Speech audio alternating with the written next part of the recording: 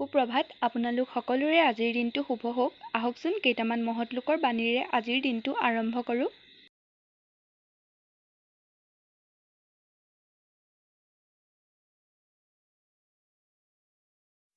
বিফল হোৱাটো এটা ডাঙৰ শিক্ষা, কাৰণ বিফলতাৰ পৰাই মানুহে সফল হোৱাৰ সুযোগ পায়।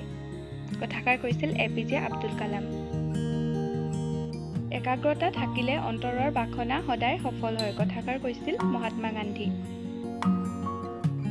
কেৱল প্ৰতিভাই মানুহক মহান নকৰে, চৰিত্ৰই মানুহক মহত্ব দিয়ে। কথাষাৰ কৈছিল হেম বৰুৱা।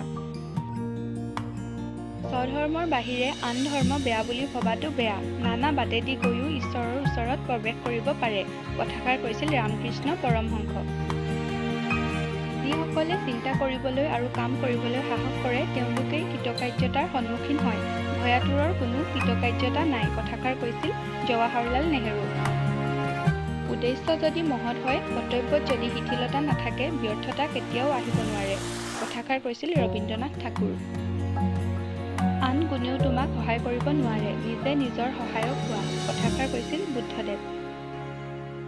যদি মোৰ ভিডিঅ'টো চাই ভাল পালে তেনেহ'লে প্লিজ লাইক কৰিব। থেংকছ ফৰ ৱাটছিং। বাই বাই।